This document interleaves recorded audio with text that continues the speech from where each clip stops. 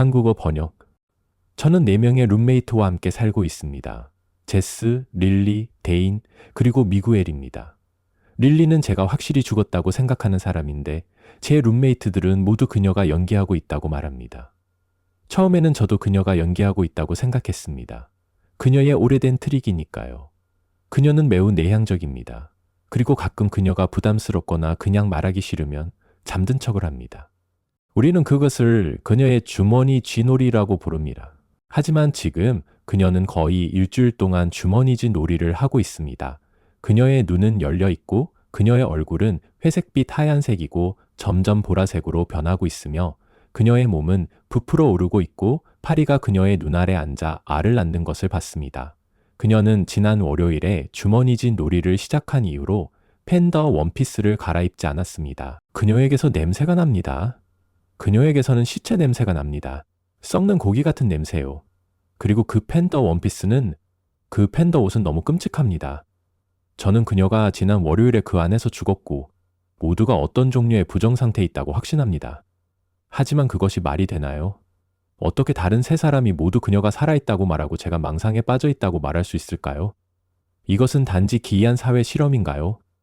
저는 계속해서 어떤 리얼리티 TV 진행자가 화분주에서 튀어나와 숨겨진 관중이 웃거나 박수치기 시작하기를 기다리고 있습니다. 저는 현실에서 분리되는 것 같은 느낌이 듭니다. 이것을 쓰는 동안 소파에 앉아 있습니다. 여기 앉아서 TV실 건너편에 있는 릴리를 바라보고 있습니다. 그녀는 자신이 죽음 같은 의자에 기대어 있고 눈은 크게 뜨고 살은 부풀어 오르고 입술은 보라색이고 피부는 그냥. 저는 그녀가 그 의자에서 누출되기 시작할 것 같습니다. 하지만 지난 일요일로 되돌아가 봅시다. 일요일은 우리가 노인의 고양이를 치었을 때입니다. 일부러 그런 것은 아니었습니다. 우리 모두 술을 좀 마셨고 제가 운전했고 데인이 앞좌석에 있었고 제스와 미구엘과 릴리는 뒷좌석에 있었고 그 고양이는 그냥 미친 듯이 도로로 뛰어들었습니다. 완전 검은색이었고 그리고 쿵 소리가 났습니다. 제 위가 뒤집어졌습니다. 그리고 나서 이 노인이 자기 집에서 나와 그녀의 고양이가 치였다는 것을 보고 비명을 질렀습니다. 릴리는 그녀에게 고양이를 집안에 두고 붐비는 도로 근처를 돌아다니게 해서는 안 된다고 말했습니다. 어쨌든 길게 말하자면 저는 그 여성이 마녀였고 우리가 그녀의 고양이를 죽인 것에 대해 저주를 내렸다고 생각합니다. 더 구체적으로 말하자면 저는 그녀가 릴리에게 저주를 내렸다고 생각합니다. 생각하는 것이 아니라 알고 있습니다. 왜냐하면 그 여자가 이상한 언어로 몇 마디를 말했고 우리 모두는 그녀를 미쳤다고 불렀고 집으로 돌아왔기 때문입니다. 그래서 그것이 일요일 밤이었습니다. 월요일에 아침 식사를 하러 나왔을 때 저는 평소처럼 일찍 일어났습니다.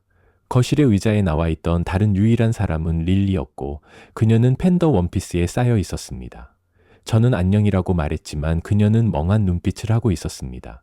저는 그녀가 그냥 혼자 있고 싶어 한다고 생각했고 오후에 직장에서 돌아올 때까지 더 이상 생각하지 않았습니다. 릴리는 여전히 의자에 있었습니다. 똑같은 자세로 여전히 팬더 원피스를 입고 있었습니다. 저는 그녀가 괜찮은지 물었습니다. 미구엘은 비디오 게임을 하고 있었고 그녀 대신 대답했습니다. 얼른 나아지길 바래. 저는 릴리에게 말했습니다. 그녀는 대답하지 않았습니다. 릴리? 저는 말했습니다. 그녀는 대답하지 않았습니다. 이봐, 릴리. 나는 네가 나았으면 좋겠다고. 야하네. 진정해. 그냥 그녀를 내버려둬. 미구엘이 날카롭게 말했습니다. 그는 제가 그의 게임을 방해하고 있어서 짜증이 난 것 같았습니다. 이상하다고 생각했지만 그냥 넘어갔습니다. 그가 너무 정상적으로 행동하고 있었기 때문입니다. 하지만 저녁 식사 때 그녀는 여전히 같은 자세로 의자에 앉아 있었고 움직이지 않았습니다. 저는 제스와 이야기하려고 했고 그녀는 저에게 그녀는 괜찮을 거야. 그냥 감기일 뿐이야 라고 말했습니다. 이 행동은 며칠 동안 계속되었습니다. 그리고 그냥 제가 룸메이트들에게 릴리가 괜찮은지 물어볼 때마다 그들은 마치 제가 미친 사람인 것처럼 행동했습니다. 저는 그녀가 원피스를 갈아입지 않았다는 것을 지적하려고 했고 그만 자식같이 굴어. 그녀는 아픈 거야. 그냥 내버려둬 라고 들었습니다. 어느 순간 저는 소파에서 그녀를 쳐다보며 그녀가 눈을 깜빡이는 것을 잡으려고 했고 제스가 저에게 소리를 질러 그런 소름 끼치는 짓을 그만두라고 했습니다. 저는 릴리를 당황스럽게 하고 있다고요. 그들은 심지어 그녀 앞에 큰 쿠션을 놓아 그녀가 저를 볼 수 없게 했습니다. 왜냐하면 그녀는 이 시점에서 3일 동안 죽어 있습니다. 썩는 냄새가 나기 시작하면 그들이 알아차릴 것이라고 생각했지만 그들은 그저 더 열심히 연기했습니다. 그리고 사실 그들은 심지어 그녀의 시체를 연출하기 시작했습니다.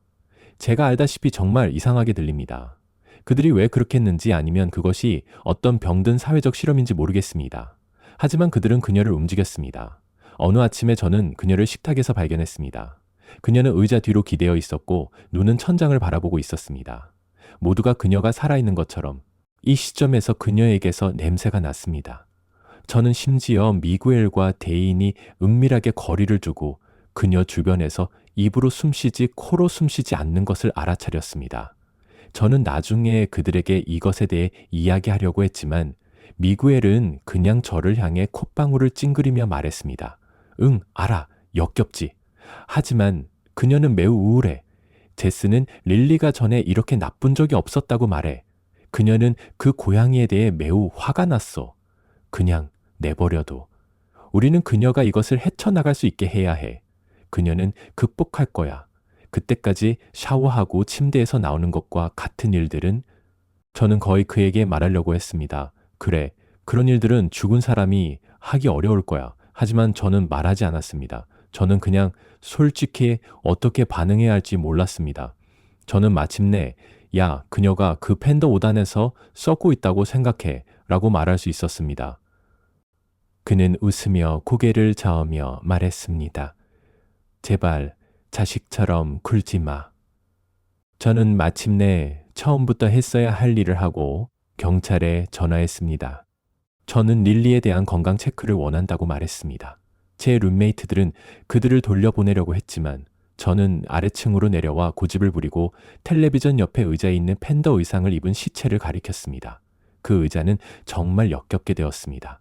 그리고 경찰들은 그녀를 검사하러 갔고 저는 정말로 믿었습니다. 정말 진심으로 우리 모두가 거실에서 죽은 소녀가 썩어가고 그 의자에 엉겨붙은 것에 대해 체포되려고 한다고 생각했습니다. 하지만 그들은 그녀가 살아있는 척했습니다. 제 룸메이트들이 계속 하던 것과 똑같이요. 그녀는 그들에게 대답으로 한마디도 하지 않았습니다.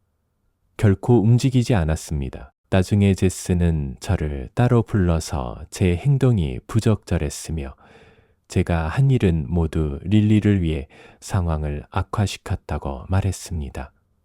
그래서 지금 저는 무엇을 해야 할지 모르겠습니다. 업데이트 위의 내용을 쓴 이후로 며칠이 더 지났고 상상하실 수 있듯이 그녀의 몸은 심하게 부패했습니다. 또한 저는 제 룸메이트들과 대면했습니다. 우리는 큰 싸움을 했습니다. 저는 그들에게 분명히 마녀의 저주가 릴리에게 무언가를 했다고 말했습니다. 그것이 그들을 눈멀게 하고 우리는 모두 죽은 소녀와 함께 살고 있다고요.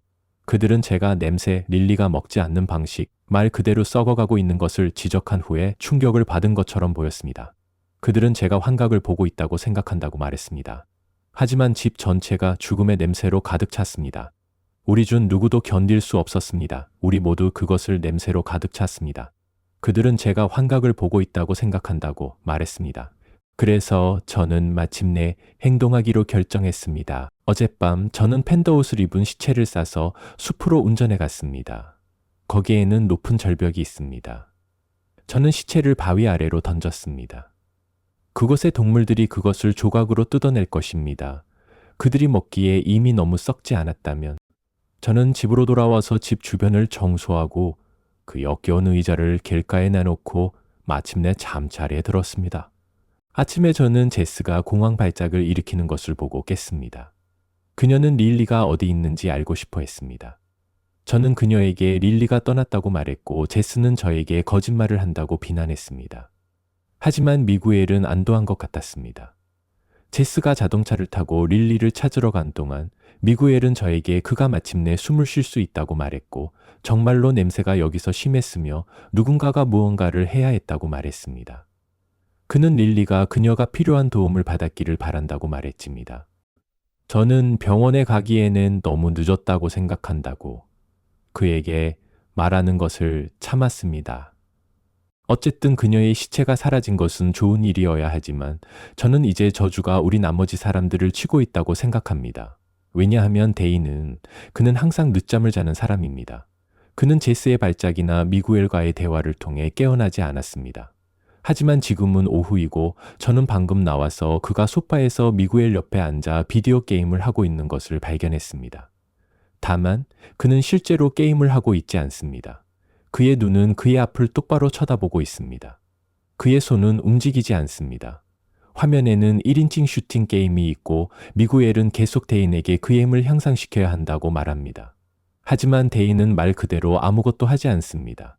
저주가 그를 쳤고 이제 그는 죽었지만 아무도 그것을 볼 수 없습니다. 저는 그의 몸이 썩을 때까지 기다려야 할지 아니면 그를 더 빨리 절벽으로 데려가야 할지 모르겠습니다. 이것이 같은 방식으로 진행된다면 미구엘은 데인이 괜찮다고 가장하는 것을 멈추지 않을 것입니다.